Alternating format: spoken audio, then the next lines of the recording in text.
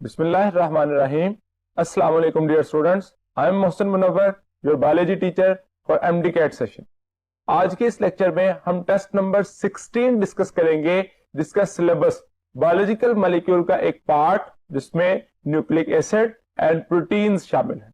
तो टेस्ट के लिए चलते हैं बोर्ड की तरफ। क्वेश्चन नंबर 1 है जी, each beta chain of haemoglobin contains dash amino acids. Alpha option है 21, बीटा 30, चार्ली 141 एंड डेल्टा 146। तो हम जानते हैं कि एक हीमोग्लोबिन, अगर मैं यहां पे मेंशन करूं कि एक हीमोग्लोबिन जो है वो 2 अल्फा और 2 बीटा चेन्स पर मुश्तमिल होती है और हर एक अल्फा में each alpha that will contain 141 amino acid and each beta will contain 146 amino acid। तो यहां पे क्वेश्चन हमें क्या है, each beta chain। तो each beta chain कितने हैं, 146 amino acids। Question number 2, diversity of amino acids is primarily based on dash group। Alpha option है amino group, beta carboxylic group, Charlie R and delta OH. तो यहां पे ये peptide bond का structure में देखें तो ये जो सारा हिस्सा है कांस्टेंट होता है जिसमें अमाइनो ग्रुप, कार्बोक्सिलिक और अल्फा कार्बन, ये अल्फा कार्बन कंसीडर किया जाता है और रिमेनिंग सारा स्ट्रक्चर जो है वो कांस्टेंट है। लेकिन चेंज किस पे आई है, दैट इज ऑन हाइड्रोजन और मिथाइल। अगर हाइड्रोजन होगा आर ग्रुप तो इसको नाम दिया जाएगा ग्लाइसिन और अगर CH3 होगा तो इसका नाम हो जाएगा एलानिन। तो इसका मतलब वैरायटी किसकी बेस पे है, डाइवर्सिटी ऑफ अमाइनो एसिड किस बेस पे है, on the basis of R group. So right option is Charlie. Question number 3, peptide bond is dash link. Alpha option है CH, beta CN, Charlie CO and delta CP। तो यहां पे एक peptide bond show किया गया जिसमें देखिए कि hydroxyl group of carboxylic of 1 amino acid will responsible to attach with the hydrogen of amino group of second amino acid, जिस वजह से ये जो CN लिंकेज बनता है इसको नाम दिया जाता है पेप्टाइड बॉन्ड या peptide linkage. So right option is CN। Question number 4, primary structure of protein is formed by. Alpha option है hydrogen bonds, beta disulphide bonds, Charlie peptide bonds and delta ionic bond. तो अगर हम primary structure की बात करें तो उसमें peptide bonds मौजूद होते हैं जो कि स्ट्रेट चेन में number and sequence of amino acid highly specific होते हैं। जैसे ही उसमें हाइड्रोजन बॉन्ड बनते हैं तो सेकेंडरी स्ट्रक्चर बनना शुरू होता है। आयनिक इंटरेक्शंस की वजह से एक्चुअली कौन सा स्ट्रक्चर बनता है, टर्शरी, और हाइड्रोफोबिक इंटरेक्शन जो है वो इंक्लूड होते हैं ताकि क्वार्टरनरी स्ट्रक्चर जो है वो बनाया जा सके। तो इसका मतलब प्राइमरी स्ट्रक्चर जो है वो पेप्टाइड बॉन्ड की वजह से बनेगा। So right option is Charlie. Question number 5 है जी, which of the following does not show tertiary structure. Alpha option है keratin, beta hormone, Charlie antibodies and delta enzyme. अब यहां पे हमें क्वेश्चन क्या है, टर्शरी स्ट्रक्चर किसमें नहीं होता। हम जब लेवल ऑफ ऑर्गेनाइजेशन देखते हैं तो primary structure, secondary, tertiary and quaternary कहते हैं। प्राइमरी स्ट्रक्चर जो है वो नेचर में एग्जिस्ट नहीं करता। जैसे ही एक प्रोटीन बनती है प्राइमरी में स्ट्रेट चेन में आती है तो उसमें कन्फर्मेशनल चेंज आती है।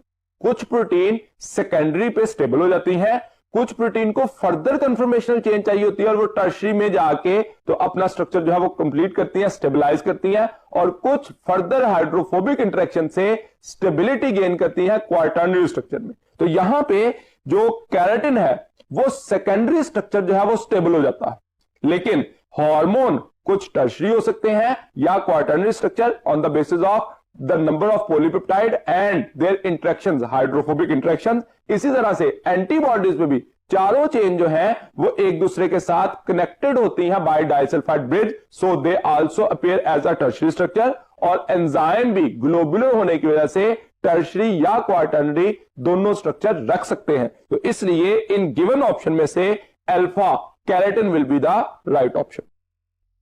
Question number 6, the proteins that control the metabolic processes are alpha option है enzymes, beta haemoglobin, Charlie hormones and delta albumin. अब यहां पे जो मेटाबॉलिक प्रोसेस को कंट्रोल करते हैं वो एंजाइम्स होते हैं, लेकिन जिस वक्त हम कहते हैं मेटाबॉलिक प्रोसेस को रेगुलेट करते हैं तो वो हार्मोन्स होते हैं। हार्मोन्स का काम सिर्फ और सिर्फ ट्रिगर करना है, एक मेटाबॉलिक प्रोसेस को जो है वो उसके लिए एक इंफॉर्मेशन प्रोवाइड करनी है। जैसे हम कहें ग्लूकोज से ग्लाइकोजन बनना या ग्लाइकोजन से ग्लूकोज बनना, इस प्रोसेस की जब रिक्वायरमेंट होती है तो इंसुलिन एंड ग्लूकागोन जो है वो ट्रिगर करते हैं, लेकिन ग्लूकोज की पॉलीमराइजेशन से जब ग्लाइकोजन बनता है तो उसके लिए एंजाइम उसको कंट्रोल करता है रेट ऑफ रिएक्शन को, तो इसलिए यहां पे कंट्रोल द मेटाबॉलिक प्रोसेसेस लिखा गया। So right option will be alpha enzymes. उसके मुकाबले में हीमोग्लोबिन जो है वो ऑक्सीजन कैरिंग प्रोटीन है, हार्मोन जो है वो रेगुलेट करते हैं जैसे मैंने बात की, और एल्ब्यूमिन ब्लड ऑस्मोटिक प्रेशर को मेंटेन करती है। दो प्रोटीन्स एल्ब्यूमिन एंड ग्लोबुलिन, उसमें इसका नाम शामिल है। Question number 7, total number of amino acids which have been found to occur in cells and tissues is. Alpha option है 20, बीटा 25, चार्ली 3000 एंड डेल्टा 170। तो यहां पे हमें कहा गया total number of amino acids, तो टोटल नंबर 170 है, उसमें से प्रोटीन कांस्टेंट 25 है और मोस्टली जो प्रोटीन का हिस्सा होते हैं वो 20 है। तो यहां पे राइट ऑप्शन क्या होगा, delta 170 types. Question number 8, number and sequence of amino acids determines the dash structure of protein. Actually level of organisation में जब हम स्ट्रेट चेन में अमाइनो एसिड की अटैचमेंट एक दूसरे के साथ देखते हैं तो उसमें number and sequence of amino acid को ही डिटरमिन किया जाता है। So right option will be primary. Secondary structure में हेलिक्स बन जाएंगे, टर्शरी में आयनिक इंटरेक्शन हो जाएंगी और क्वार्टरनरी में हाइड्रोफोबिक इंटरेक्शन। ये यूनिकनेस है डिफरेंट लेवल ऑफ ऑर्गेनाइजेशन की। Question number 9, the number of proteins present in human body are. Alpha option है over 3000, beta over 170, Charlie over 100,000 और डेल्टा ओवर 10,000। तो हमारी बुक की स्टेटमेंट है कि ह्यूमन बॉडी में ओवर 10,000 प्रोटीन जो है वो मौजूद होती हैं, जो कि फंक्शनल रोल प्ले करती हैं, स्ट्रक्चरल रोल प्ले करती हैं या रेगुलेटरी रोल। तो डिफरेंट फंक्शन जो है वो इसके हो सकते हैं, टोटल 10,000 प्रोटीन्स की। Question number 10, by dipeptide we mean. Alpha option है 1 peptide bond, beta 2 peptide bonds, Charlie 2 amino acids and delta 3 amino acids. तो एक्चुअली डाइपेप्टाइड का लफ्ज जो है वो इस्तेमाल किया जाता है 2 अमाइनो एसिड के लिए, उनके दरमियान 1 पेप्टाइड बॉन्ड ही होता है। अगर क्वेश्चन ही होता कि by dipeptide we mean the number of bonds, तो फिर हम कहते हैं 1 पेप्टाइड बॉन्ड। यहां पे क्वेश्चन जो है वो हाफ स्टेटमेंट जो लिखी गई है बाय डाइपेप्टाइड, तो एक्चुअली ये एक डाइपेप्टाइड मॉलिक्यूल है जिसमें 2 अमाइनो एसिड पेप्टाइड बॉन्ड के जरिए जुड़े हैं, जिसमें एक ग्लाइसिन है, इस बुनियाद पे पहचाना on the basis of hydrogen, और एक एलानिन है जिसको पहचानने के लिए CH3R ग्रुप था।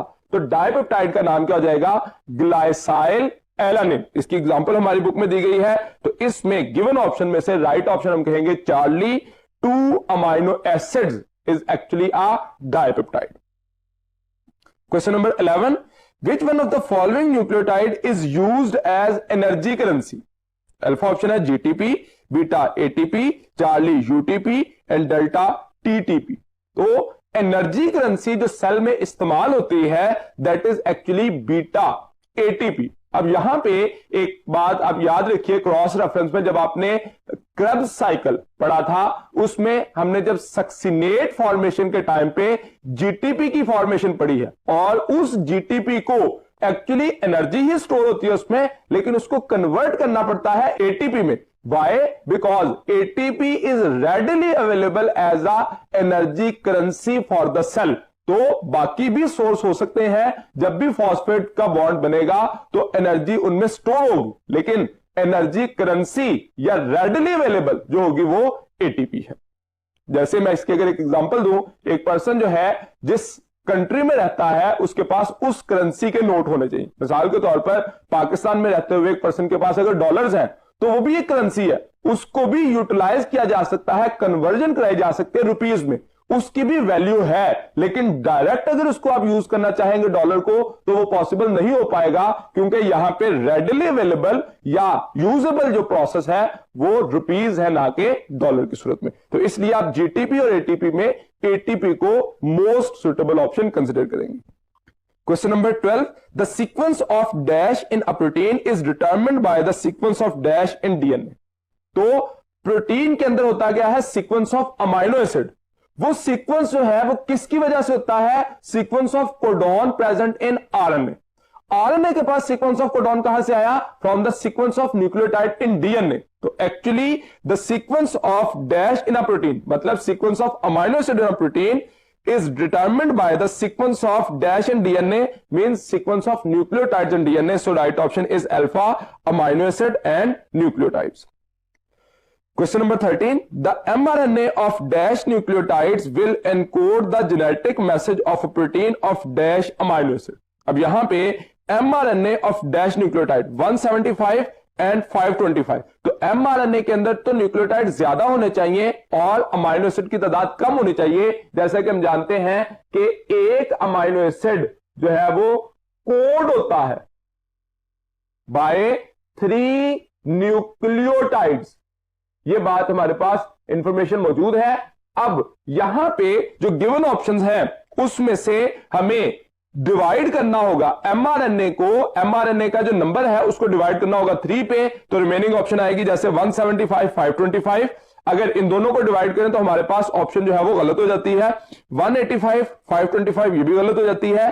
चार्ली में देखिए 525 185 ये भी गलत हो जाती है। लेकिन जब डेल्टा ऑप्शन देखते हैं दैट इज 525 ओवर 175, तो that will be equal to 3। तो इसका मतलब एक अमाइनो एसिड जो है वो 3 न्यूक्लियोटाइड से कोड होगा। So right option will be delta. Question number 14, which one of the following words better represents the role of ribosomal RNA in protein synthesis. तो अल्फा ऑप्शन है लेबरर और carrier, beta map और architectural design, Charlie machinery और mason, and delta architect और design. तो यहां पे हमें कहा गया role of ribosomal RNA in protein synthesis. तो प्रोटीन सिंथेसिस के दौरान राइबोसोमल आरएनए करता क्या है, ये एक्चुअली सिर्फ उस पार्ट को, उस कोडॉन को एक्सपोज करता है ताकि ट्रांसफर आरएनए जो है वहां तक पहुंच सके। तो इसलिए ये एक मशीनरी है या मेसन है जो कि उसको एक्सपोज करने का काम करेगा ताकि एक्टिविटी जो है ट्रांसलेशन की प्रोसीड हो सके। So right option is Charlie, machinery और मेसन। लेकिन अगर अल्फा ऑप्शन देखें लेबरर और कैरियर, तो ये किसके लिए लफ्ज इस्तेमाल किया जाएगा, that is for transfer RNA, क्योंकि वो लेबर की तरह ट्रांसफर कर रहा है, कैरी कर रहा है अमाइनो एसिड को, कहां पे, at the site where proteins are being synthesized. Beta option देखें मैप और आर्किटेक्चरल डिजाइन, तो मैप किसके पास है, रोड मैप है मैसेंजर आरएनए के पास। मैसेंजर आरएनए के पास वो सीक्वेंस है कोडॉन का जिसको रीड करते हुए उससे प्रोटीन बननी है। सो इन गिवन ऑप्शन में से राइट ऑप्शन क्या होगा, मशीनरी और mason. Question number 15, a DNA sample having 20% adenine will have dash cytosine plus thymine. तो यहां पे अल्फा ऑप्शन है 20%, बीटा 40%, चार्ली 50% एंड डेल्टा 60%। तो यहां पे हमें क्वेश्चन क्या है कि एक डीएनए का सैंपल जो है दैट हैविंग एडेनिन कितना है इसके पास, 20%। पूछा क्या गया सवाल, will have dash cytosine plus thymine. अब यहां पे हम जब चरगफ्स रूल को अप्लाई करते हैं तो उसमें हमने कहा था A plus G is equal to C plus T, यानी कि जब A प्लस जी कह रहे हैं तो A है 20% प्लस 30%, और इसी तरह से यहां पे भी जो T है ये हो जाएगा 20% प्लस 30%। ये मैंने कैसे कैलकुलेट किया, इसको हम कहते हैं 50-50% होना चाहिए। एडेनिन और ग्वानिन 50% होनी चाहिए, मतलब purines are always equal to pyrimidine, इसको जो भी कह सकते हैं। लेकिन दूसरा एक तरीका भी है कि हम जानते हैं adenine is equal to thymine. जब हमने एडेनिन कहा 20% है तो इसका मतलब थायमिन भी कितना होना चाहिए, 20% होना चाहिए। अब एडेनिन और थायमिन अगर 20-20% है तो 100% में से ये कितने हो गए 40%, रिमेनिंग रह गया 60%। तो guanine and cytosine are always same in concentration, so ये भी दोनों कितने होने चाहिए 30%।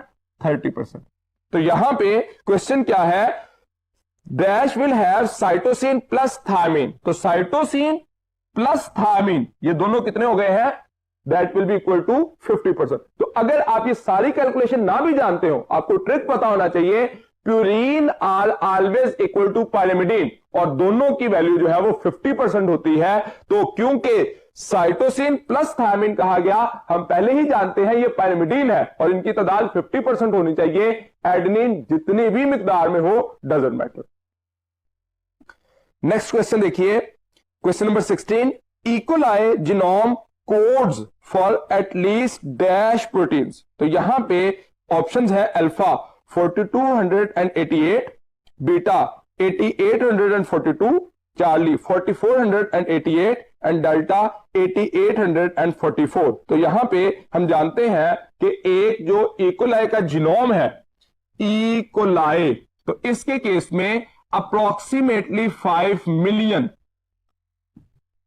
जो है वो बेसिस होती हैं, जिसको डिटेल में स्पेसिफाई किया गया कि कितने हैं 46,39,221 न्यूक्लियोटाइड है, that will code for 4288 protein. तो ये जो है वो येलो बॉक्स इंफॉर्मेशन है, सो राइट ऑप्शन क्या होगा 4288 alpha. Question number 17, the type of RNA which consists of a single strand of variable length amount of nucleotide जो है वो चेंज हो सकते हैं, that will be in the mRNA, so right option is alpha mRNA। Ribosomal RNA के अंदर जो है वो राइबोसोम के अंदर होती है 50% प्रोटीन और 50% राइबोसोमल आरएनए।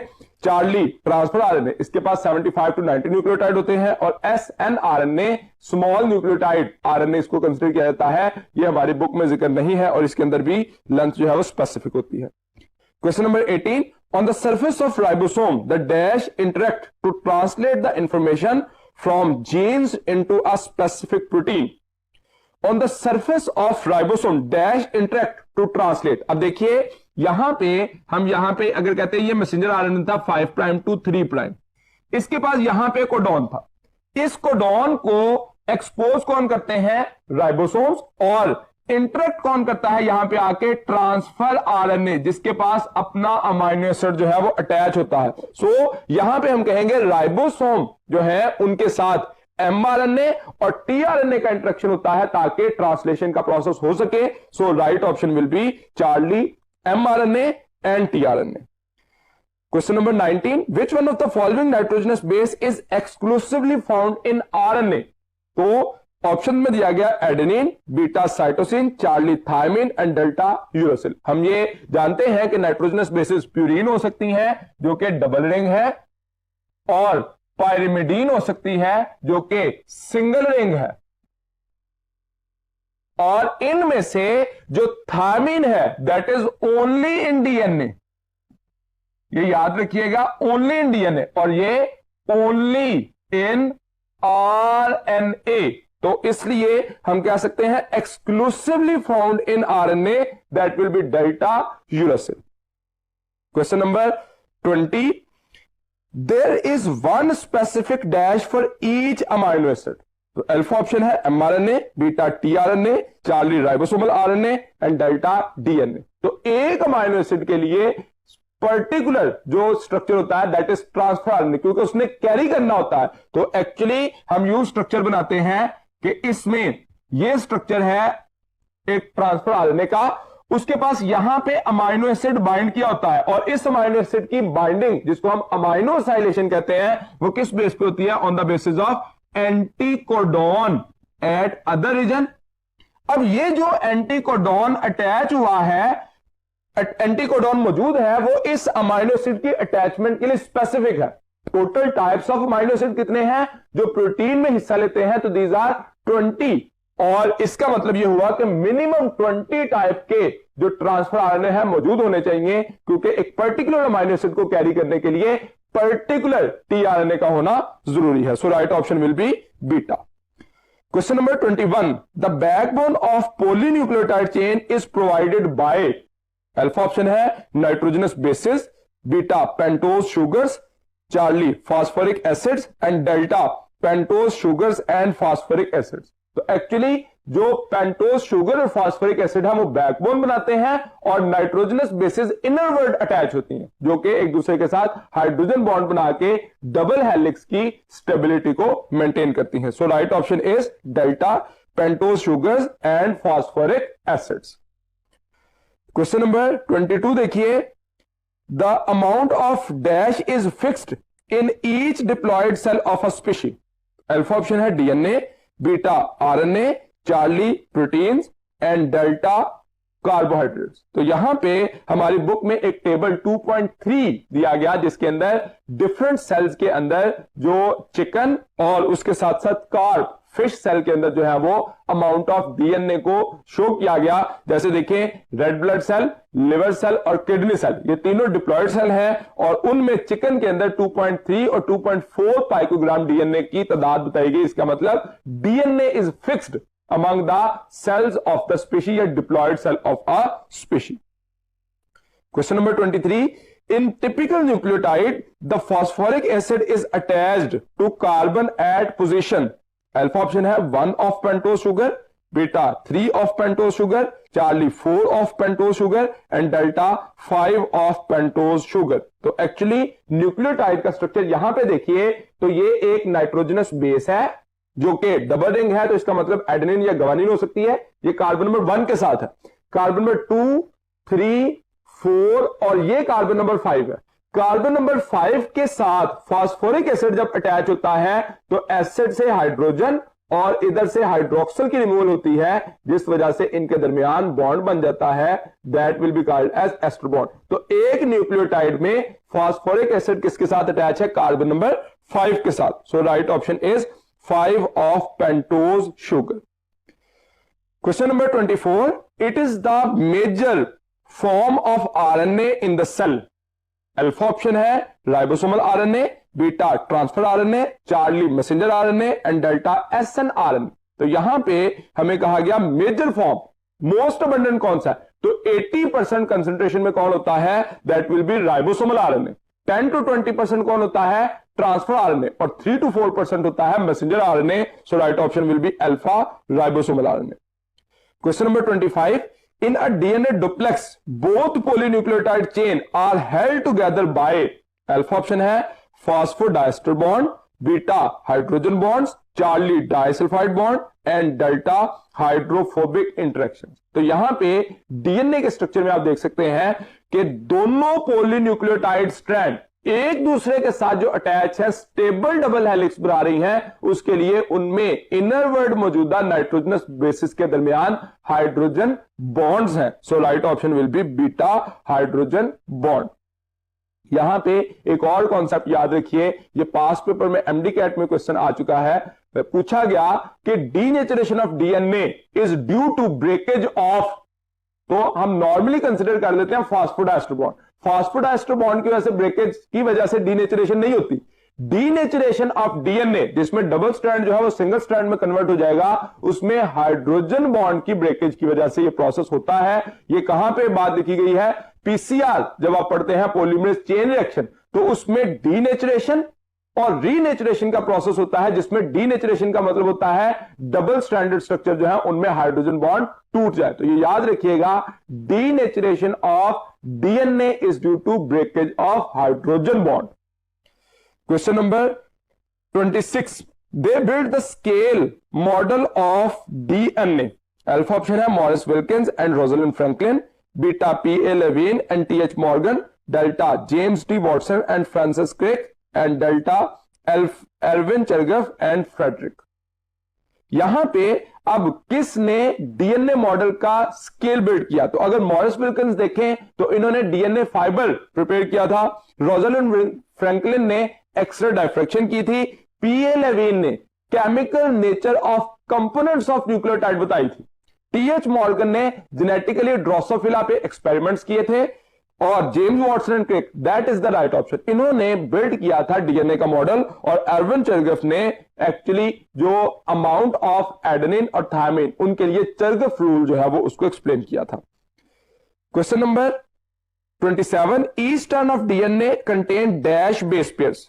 अल्फा ऑप्शन है 10, बीटा 20, चार्ली 30 एंड डेल्टा 40। तो एक्चुअली एक जो टर्न होता है एक कंप्लीट हेलिक्स के अंदर 10 बेस पेयर होते हैं, और उसका डिस्टेंस कांस्टेंट होता है, दैट इज 3.4 नैनोमीटर। तो यहां पे हमें बेस पेयर्स कहा गया, इसलिए हम 10 कंसीडर करेंगे। अगर खाली बेसिस लिखा जाता तो राइट ऑप्शन होता 20। Question number 28, the two helices of DNA are held together by dash bond. तो दो हेलिक्स जो हैं, दो जो फास्फोडाइस्टर बॉन्ड के साथ जुड़े हुए पॉलीन्यूक्लियोटाइड चेन्स हैं, उनको एक दूसरे के साथ कौन कनेक्टेड रखेगा? तो ये प्रीवियस क्वेश्चन में भी हमने डिस्कस किया, that will be hydrogen bond. So right option is beta hydrogen bond. Question number 29, both polynucleotide chain of a DNA duplex resemble with respect to the following things except. Alpha option है nature of bonds, तो nature of bonds दोनों के अंदर phosphodiester bond होती है। Beta direction of chains, तो ये गलत है, एक्चुअली ये एक्सेप्शनल केस है, जो चेन्स की डायरेक्शन है that is anti parallel, opposite to each other. Charlie types of nucleosides, तो ये भी ठीक है, न्यूक्लियोसाइड्स की टाइप जो है वो डीएनए के अंदर एक जैसी होती है, और टाइप्स ऑफ न्यूक्लियोटाइड भी जो है वो सेम होती है, adenine, guanine, thymine and cytosine. Question number 30, human cells contain about dash different kinds of tRNAs.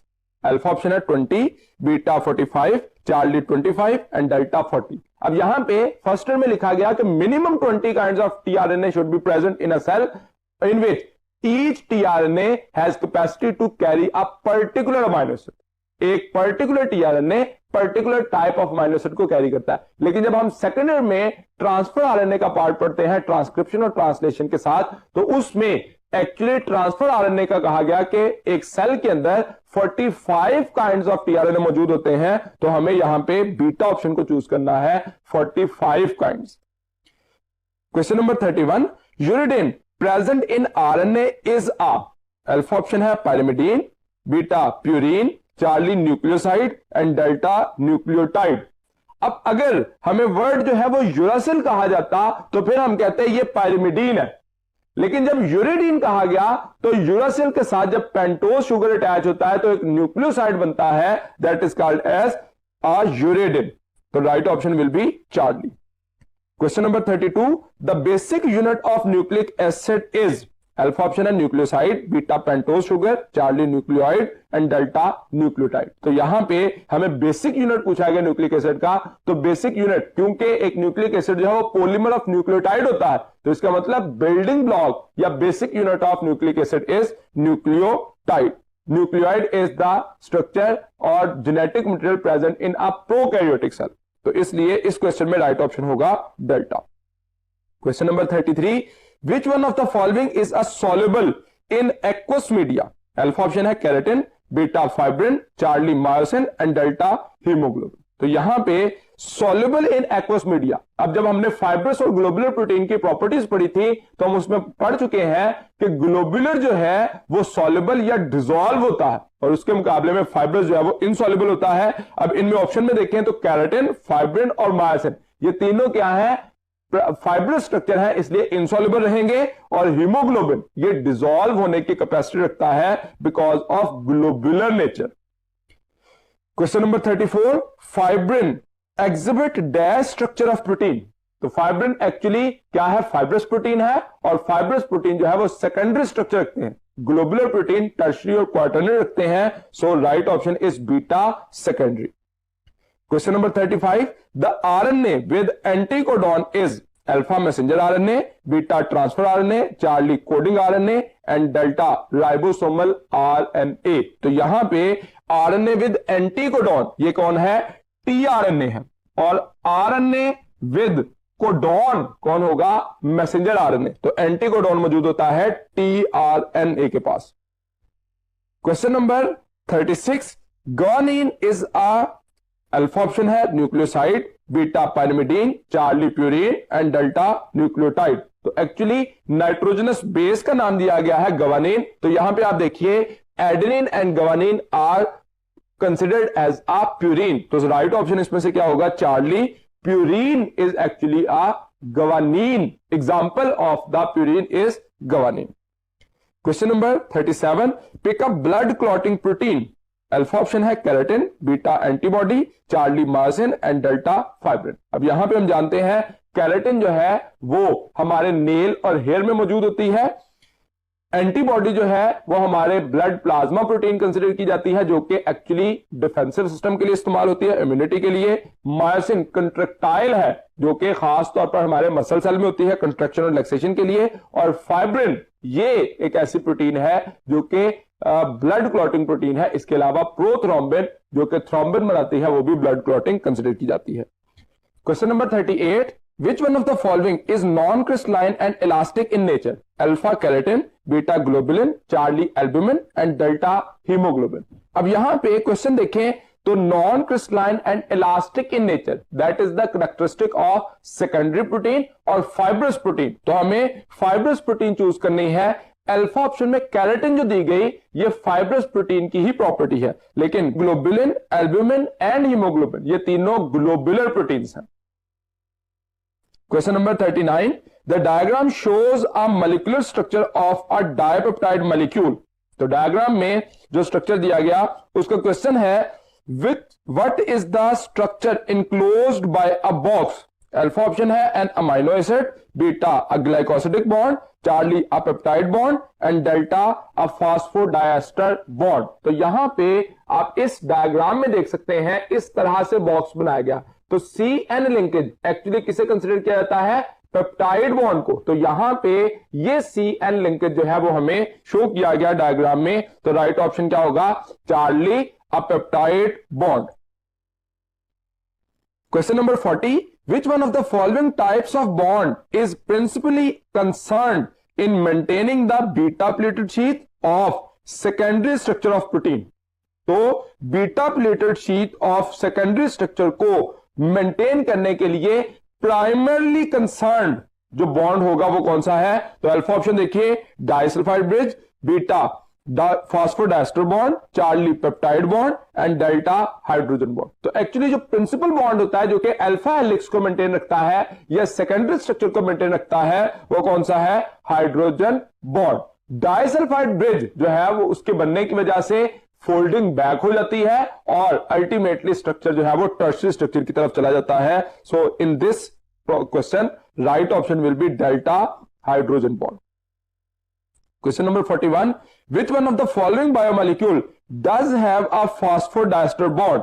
Alpha option है fatty acid in triglycerides, beta nucleic acid in nucleotide, Charlie monosaccharides in a polysaccharide and delta amino acid in a polypeptide. तो यहां पे अब देखिए कि ये जो structure बनाया गया न्यूक्लिक एसिड में न्यूक्लियोटाइड एक दूसरे के साथ जो कनेक्टेड होते हैं ये एक बॉन्ड बनता है एस्टर, और इसी तरह से अपर साइड से भी हाइड्रोक्सिल और हाइड्रोजन की रिमूवल होती है और इनके दरमियान भी बॉन्ड बनता है, इसलिए इस बॉन्ड को नाम दिया जाता है फॉस्फोडाइएस्टर। तो ये फास्फोडाइस्टर लिंकेज बन जाता है किसमें? न्यूक्लिक एसिड में। उसके मुकाबले में बाकी ऑप्शन देखें तो alpha fatty acids and triglyceride तो इनके दरमियान तो एस्टर बॉन्ड होता है, मोनोसैकेराइड्स के दरमियान में ग्लाइकोसिडिक बॉन्ड होता है और अमाइनो एसिड के दरमियान में पेप्टाइड बॉन्ड होता है। सो गिवन ऑप्शन में से राइट ऑप्शन है nucleic acids in nucleotides. Question number 42. The sugar present in DNA is alpha option है ribose, beta deoxyribose, Charlie hexose and delta triose. तो यहां पे आप रिंग फॉर्म में जानते हैं पेंटोज शुगर होती है डीएनए और आरएनए दोनों में, लेकिन डीएनए के अंदर कार्बन नंबर 2 से हाइड्रोक्सिल रिप्लेस होता है हाइड्रोजन के साथ। So right option is deoxyribose. Question number 43. TDP present only in DNA is a alpha option है purine, beta pyrimidine, Charlie nucleotide and delta nucleoside. तो एक्चुअली थायमीन जो है वो किसमें होता है? डीएनए में, और टीडीपी है फॉस्फेट अटैच है साथ, तो इसलिए इसका राइट ऑप्शन होगा nucleotide Charlie. Question number 44. Following is the structure of alpha option है uracil, beta thymine, Charlie guanine and delta cytosine. तो यहां पे ये स्ट्रक्चर जो है वो बनाया गया। तो इस स्ट्रक्चर को, ये जो स्ट्रक्चर है इसको एक्चुअली इस सूरत में शो कर दिया गया है। स्ट्रक्चर तो वही है, सिंगल रिंग, और इसमें जो यूनिक पॉइंट है, जो कि की पॉइंट पहचानने के लिए है, that is presence of amino group. क्योंकि अमाइनो ग्रुप जिसके पास होगा वो साइटोसिन है, जिसके पास मिथाइल ग्रुप होगा वो थायमिन है, और जिसके पास मिथाइल ग्रुप नहीं होगा वो यूरासिल है। ये हमने की पॉइंट जो है वो चूज किया था कि हम इन तीनों स्ट्रक्चर में से आइडेंटिफाई करेंगे। सो इसमें क्योंकि अमाइनो ग्रुप मौजूद है, so right option will be cytosine. Question number 45, Erwin Chargaff provided data about the ratios suggested that alpha adenine and thymine are equal, beta guanine and cytosine are equal, Charlie guanine and adenine are equal, and delta adenine and thymine are equal, and guanine and cytosine are equal। अब यहां पे भी question देखिए तो alpha option भी ठीक है लेकिन इनकम्प्लीट है, बीटा ऑप्शन भी ठीक है लेकिन इनकम्प्लीट है, डेल्टा ऑप्शन में अल्फा और बीटा दोनों को मिला के लिखा गया तो कंप्लीट ऑप्शन बनी। तो अगर आप आधा क्वेश्चन पढ़ेंगे या पहला अल्फा ऑप्शन ही देखते हैं तो उसको जल्दी से टिक करने की कोशिश करेंगे तो गलत हो जाएगा, इसलिए कंप्लीट ऑप्शन पढ़ना जरूरी है। तो क्वेश्चन नंबर 45 का राइट ऑप्शन होगा delta. Question number 46, the E coli genome consist of dash base pairs. Alpha option है 46,39,221, beta 4,888, Charlie 3.5 billion, and delta 49। तो यहां पे हमने इक्वलाई के एक प्रीवियस क्वेश्चन में जब प्रोटीन का पूछा गया था वहां पे उसमें जीनोम के अंदर स्ट्रक्चर बताया था, तो that will be alpha base pair कितने होंगे, अप्रोक्सीमेटली 5 मिलियन, और उसको स्पेसिफिकली कहा गया 46,39,221, और उससे जो प्रोटीन कोड होती हैं these are 4,288। Question number 47, in glycine R is alpha fatty acid, beta ethane, Charlie hydrogen, and delta methane. तो एक्चुअली आर ग्रुप, ये जो है ग्लाइसिन के केस में आर ग्रुप जो है जब हाइड्रोजन होता है तो सिंपलेस्ट अमाइनो एसिड बनता है, दैट इज ग्लाइसिन, और जब CH3 आ जाए तो उसको नाम दिया जाता है alanine. Question number 48, the form of RNA responsible for transporting individual amino acid to sites of protein elongation ribosome messenger RNA complex.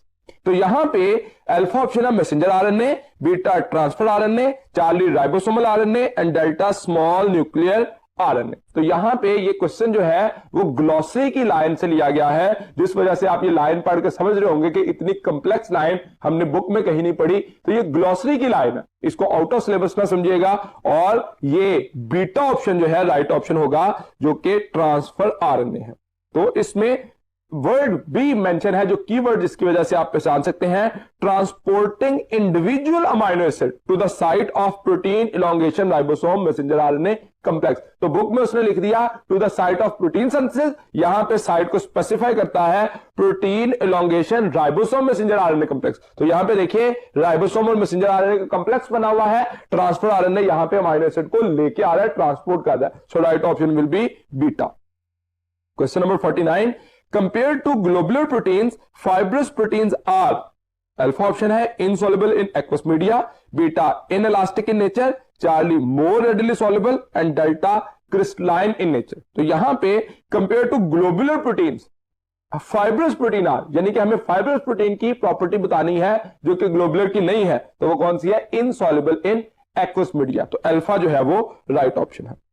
Question number 50, the sequence of amino acids is major factor in which type of protein classification? Alpha option है primary proteins, beta secondary proteins, Charlie tertiary proteins, and delta quaternary proteins. तो यहां पे sequence of amino acid जो है वो हम primarily किस में डिटरमिन करते हैं, प्राइमरी प्रोटीन्स में। तो प्राइमरी प्रोटीन्स की प्रॉपर्टी ही ये थी कि उसमें हम क्या करते हैं, sequence and number of amino acid को डिटरमिन करने की कैपेसिटी रखते हैं। So right option is alpha. यहां तक हमारा आज का टेस्ट जो है वो कंप्लीट हुआ। उम्मीद है कि मैं अपनी बात आपको समझाने में कामयाब रहा। अगले लेक्चर तक के लिए दीजिए इजाजत। अल्लाह हाफिज।